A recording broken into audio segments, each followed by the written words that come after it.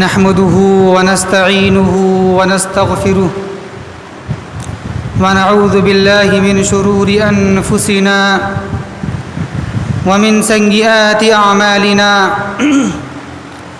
من يهده الله فلا مضل له ومن يضلله فلا هادي له وأشهد أن لا إله إلا الله وحده لا شريك له وأشهد أن محمدًا عبده ورسوله فأعوذ بالله من الشيطان الرجيم بسم الله الرحمن الرحيم يا أيها الذين آمنوا اتقوا الله حق تقاته ولا تموتن إلا وأنتم مسلمون يا أيها الناس اتقوا ربكم الذي خلقكم من نفس واحدة وخلق منها زوجها وبث منهما رجالا كثيرا ونساء واتقوا الله الذي تساءلون به والأرحام إن الله كان عليكم رقيبا يا أيها الذين آمنوا اتقوا الله وقولوا قولا سديدا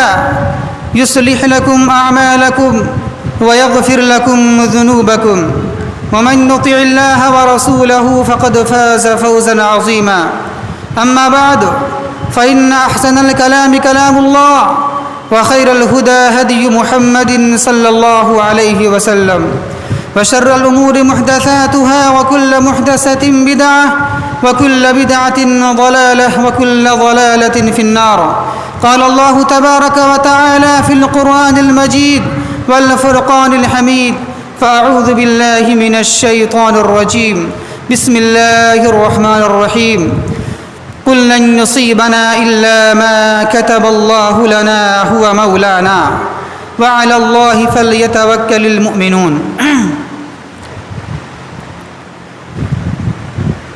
محترم سامعین کرام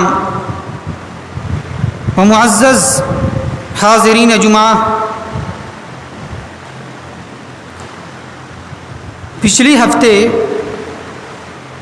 آپ کے سامنے یہ بات آئی تھی کہ ماہ سفر کے تعلق سے اہل عرب اور اہل جاہلیت کا عقیدہ نظریہ کیا تھا، اور اہل عرب ماہ سفر میں کیا کیا بدعات و خرافات کو انجام دیتے تھے۔ آج ماہ سفر کی 9 تاریخ ہے۔ اب آئیے ذرا ہم دیکھتے ہیں کہ ماہ سفر کے تعلق سے آج کے موجودہ مسلمانوں میں سے اکثریت مسلمانوں کا عقیدہ، ان کا نظریہ کیا ہے، اور وہ کیا اس مہینے میں ماہ سفر میں بدعات و خرافات کو انجام دیتے ہیں، کیا کرتے ہیں وہ۔ آئیے ذرا ہم یہ دیکھتے ہیں۔ قبل اس کے کہ میں آپ کے سامنے ماہ سفر کے تعلق سے بدعات و خرافات کو بیان کروں اور اس کی وضاحت کروں، قبل اس کے میں آپ کے سامنے آئیے ماہ سفر کے تعلق سے لوگوں نے کچھ حدیثیں گڑھ لی ہیں، اپنی طرف سے بنا لی ہیں۔ آئیے ذرا پہلے اس کو ہم دیکھتے ہیں، اس کو سمجھتے ہیں کیا وہ حدیث ہے، تاکہ ہم اس کو سمجھ کر غلطی سے غلط فہمی کا اس کا شکار نہ ہو جائیں اور اس کو حدیث نہ مان لیں۔ کیا ہے وہ پہلی حدیث؟ من بشرنی بخروج سفرا بشرتہ بالجنہ، کہ جو شخص مجھے سفر کے جانے کا خوشخبری دے گا میں اسے جنت کی خوشخبری دوں گا۔ یہ موضوع حدیث ہے، یہ گڑھی ہوئی بات ہے، کسی نے اس حدیث کو بنا کر اللہ کے نبی صلی اللہ علیہ وسلم کی طرف منسوب کر دیا ہے، اور یہ کہا ہے کہ اللہ کے نبی کا یہ فرمان ہے، یہ ارشاد ہے، اللہ کے نبی نے یہ فرمایا نعوذ باللہ کہ جو شخص مجھے ماہ سفر کے ختم ہونے کی خوشخبری دے گا میں اسے جنت کی خوشخبری دوں گا۔ یہ موضوع ہے، گڑھی ہوئی بات ہے، اس کو ماننا نہیں ہے۔ دوسری حدیث کیا ہے؟ لوگ یہ کہتے ہیں کہ ماہ سفر میں موت واقع ہو جائے گی لوگوں کی، پھر اس کے بعد ماہ ربیع الاول میں مختلف قبائل آپس میں جنگ کریں گے، لڑیں گے، پھر جمادی الآخر اور رجب کے درمیان عجیب عجیب چیزیں ظاہر ہوں گی. یہ بھی موضوع ہے, گھڑی کی بات ہے, حدیث نہیں ہے, اللہ کے نبی صلی اللہ علیہ وسلم کی.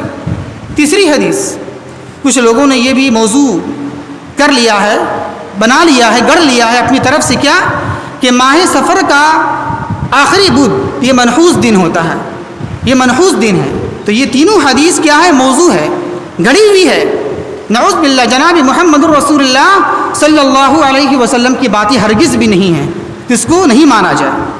اب آئیے ذرا ہم دیکھتے ہیں ماہ سفر کے تعلق سے آج کے موجودہ مسلمانوں کے اندر کیا کیا بدعات و خرافات رائج ہیں, کیا کیا پائے جاتے ہیں. آئیے ذرا بالتفصیل اس کو ہم جانتے ہیں کیا ہے وہ. نمبر 1, 13 تیزی. کیا 13 تیزی؟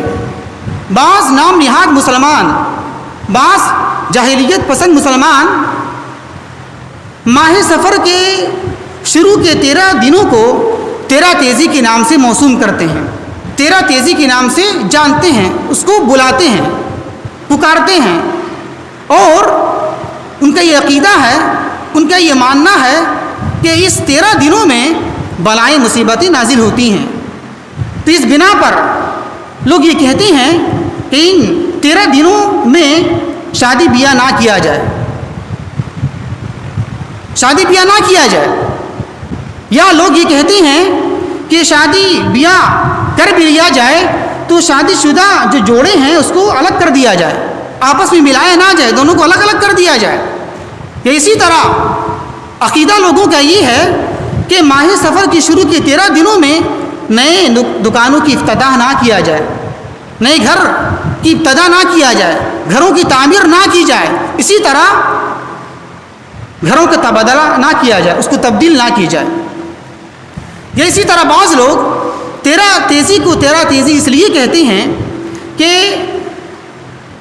ماہ سفر کے شروع کے 13 دنوں میں اللہ کے نبی صلی اللہ علیہ وسلم کو بہت تیزی کے ساتھ بخار آ گیا تھا, اور اللہ کے نبی صلی اللہ علیہ وسلم بیمار پڑ گئے تھے. حالانکہ تاریخی لحاظ سے یہ بات غلط ہے. ماہ سفر کے شروع کے 13 دنوں میں اللہ کے نبی صلی اللہ علیہ وسلم کو بہت تیزی کے ساتھ بخار آ گیا تھا, اس کو بولتے ہیں 13 تیزی, تیزی کے ساتھ بخار آ گیا تھا اللہ کے نبی صلی اللہ علیہ وسلم کو. تو یہ بات غلط ہے, تاریخی لحاظ سے غلط ہے. اس لیے کہ اگر مطالعہ کیا جائے تاریخ کا تو یہ بات معلوم ہوتی ہے کہ آپ کے مرض کا آغاز 29 صفر 11 ہجری بروز دوشنبہ کو ہوئی, ایک جنازے کی واپسی پر, اور آپ کی وفات 12 ربیع الاول 11 ہجری بروز دوشنبہ کو ہوئی.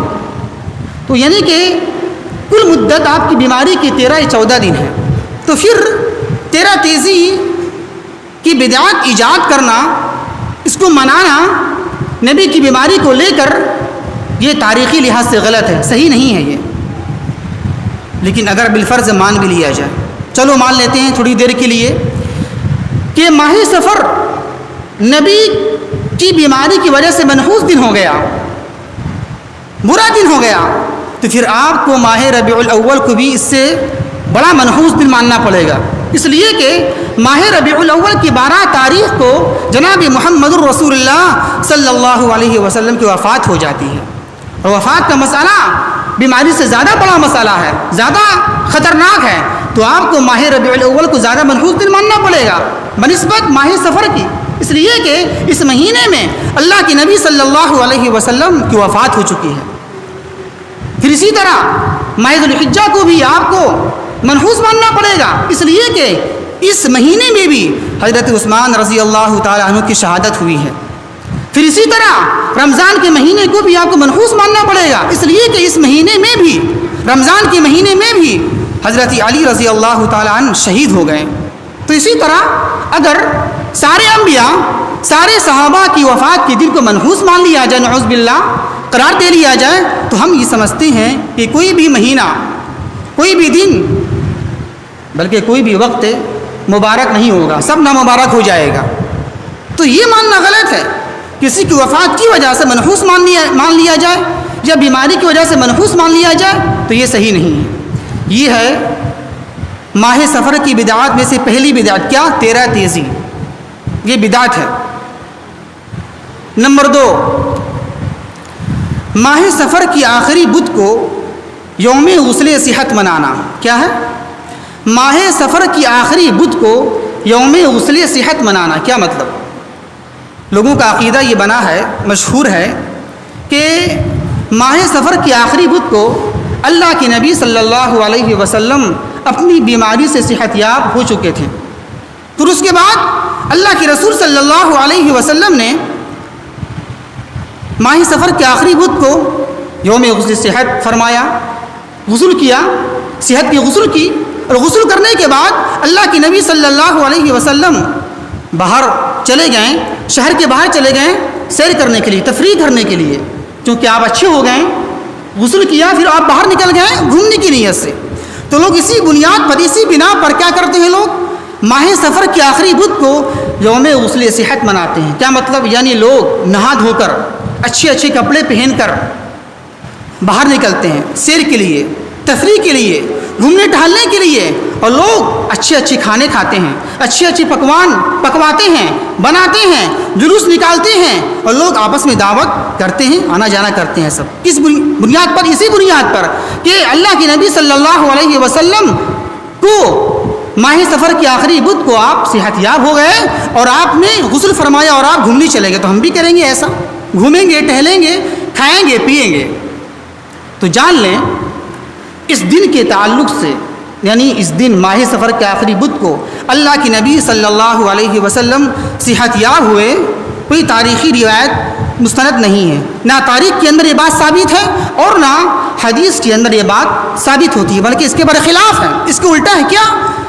علماء نے، مؤرخین نے یہ بیان کیا ہے کہ آپ کا مرض کا آغاز ماہ سفر کی آخری تاریخ یعنی 29 سفر، اور آپ اسی مرض میں وفات پا گئے، دنیا سے چلے گئے۔ اور اس بات کی تائید، اور ہماری اس بات کی تائید کیا کون کرتے ہیں؟ امام احمد رضا خان فاضلی بریلوی رحمۃ اللہ علیہ اپنی کتاب احکام شریعت جلد نمبر 2 صفحہ نمبر 110 کے اندر کرتے ہیں۔ کیا؟ اس بات کی تائید، کیا کہ وہ اقرار کرتے ہیں یہ غلط ہے، تسلیم کرتے ہیں کہ غلط ہے۔ کیا اقرار کرتے ہیں وہ؟ ایک سوال آتا ہے ان کے پاس، کس کے پاس؟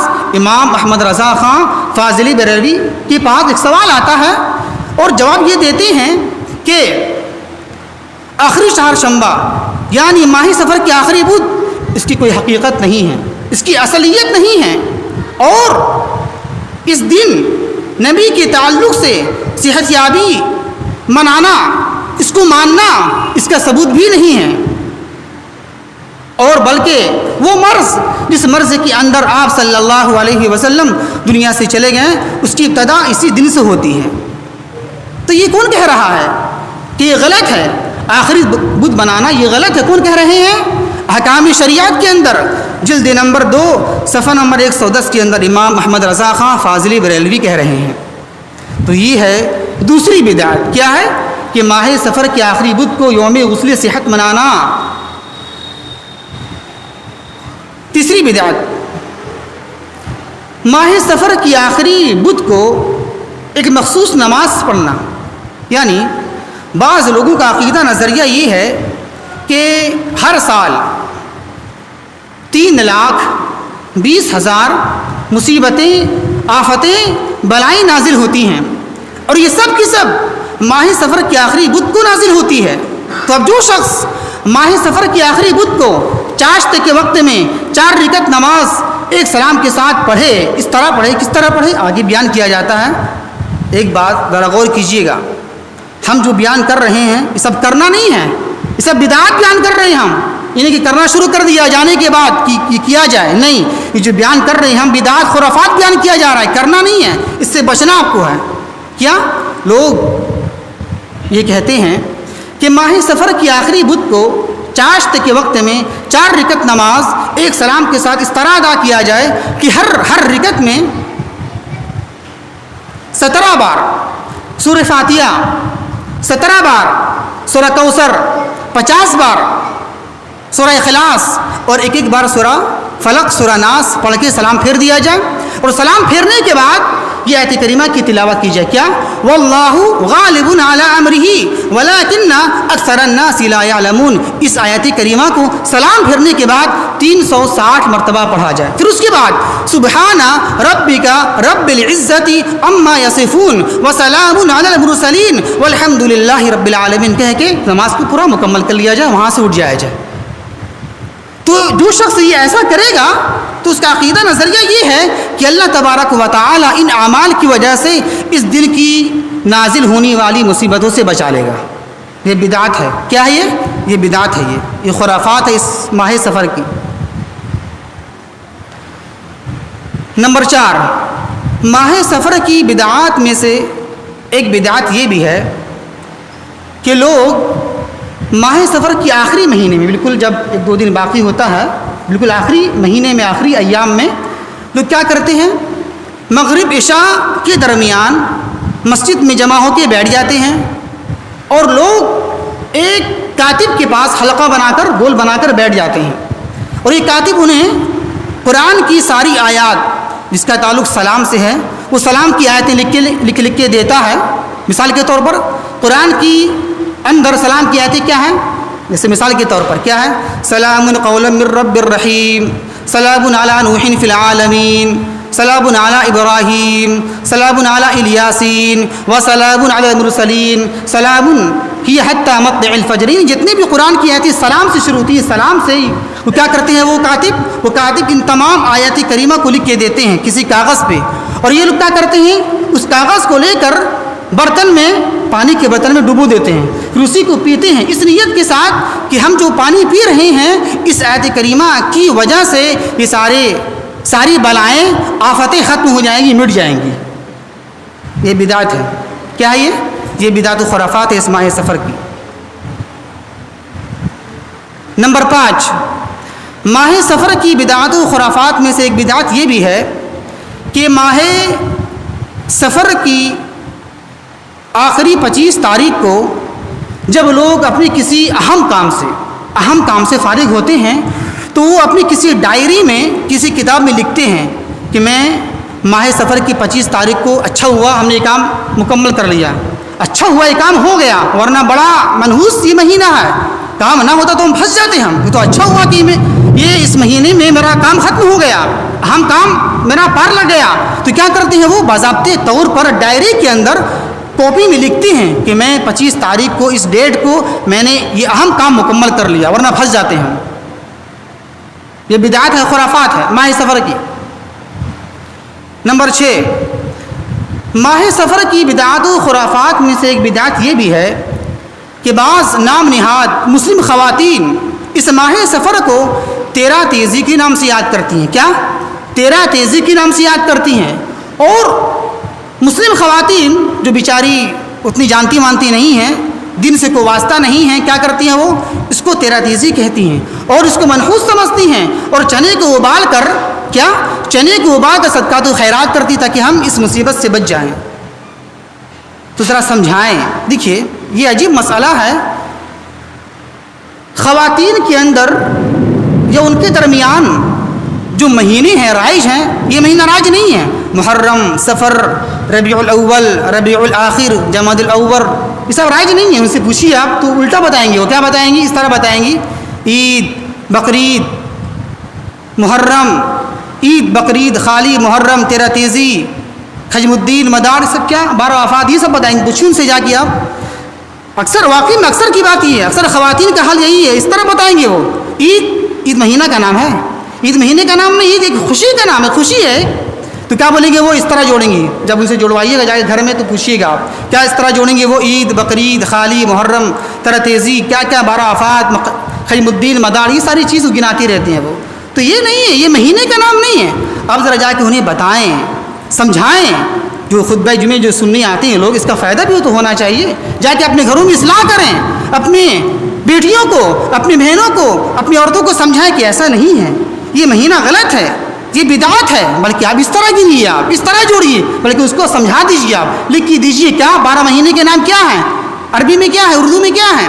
محرم, سفر, ربیع الاول, ربیع الاخر، جمادی الاول، جمادی الاخر، رجب، شعبان، رمضان، شوال، ذوالقعدہ، ذوالحجہ، یہ لکھ کے دیجئے، سمجھائیے خواتین کو، اپنے بہنوں کو، اپنے بیٹیوں کو، ماؤں کو کہ اس طرح گننا آپ کو ہے۔ تو کہنے کا مطلب یہ ہے۔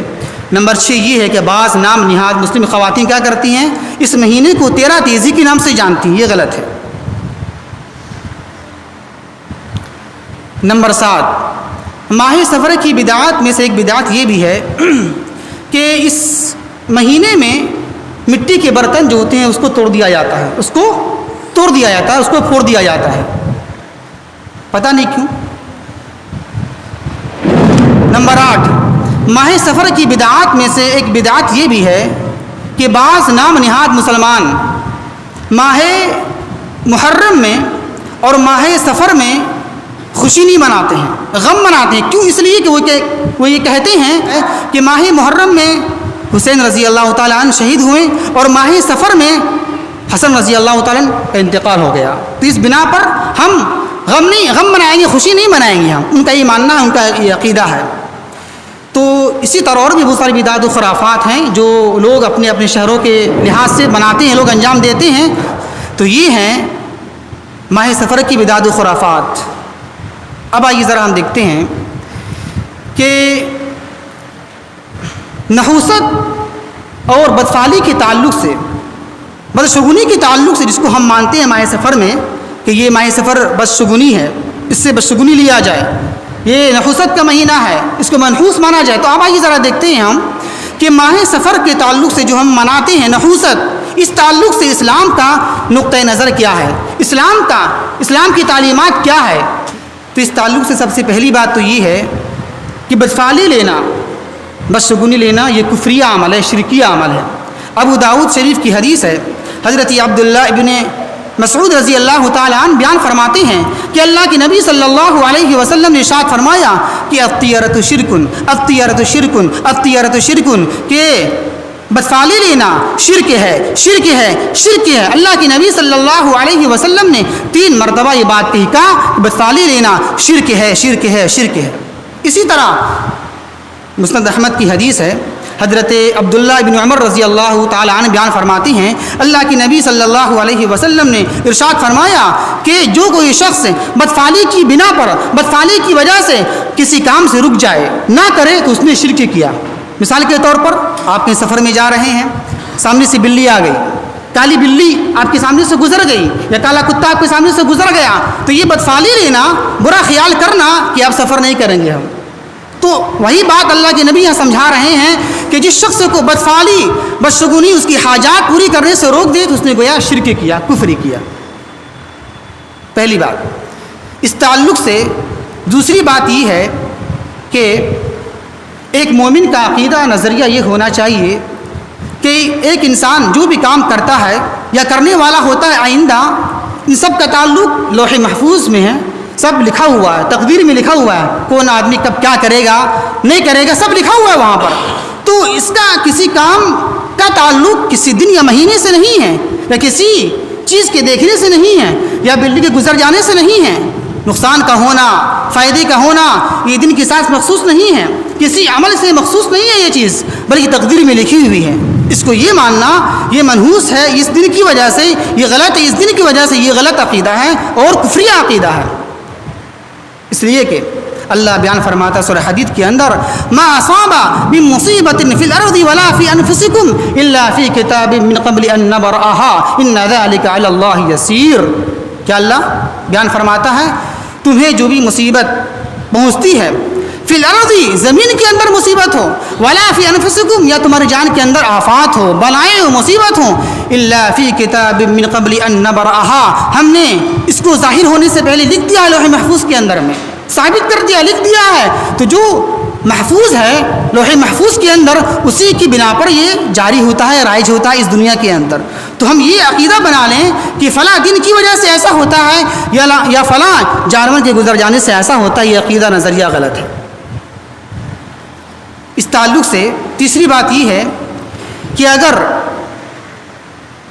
انسان کی کسی بھی چیز میں نحوست ہو سکتی ہے تو نحوست اس کے برے اعمال بھی ہو سکتی ہے۔ کیونکہ برے اعمال ہی کی بدولت اسی کی وجہ سے مصیبتیں آتی ہیں، آفات بلائیں آتی ہیں.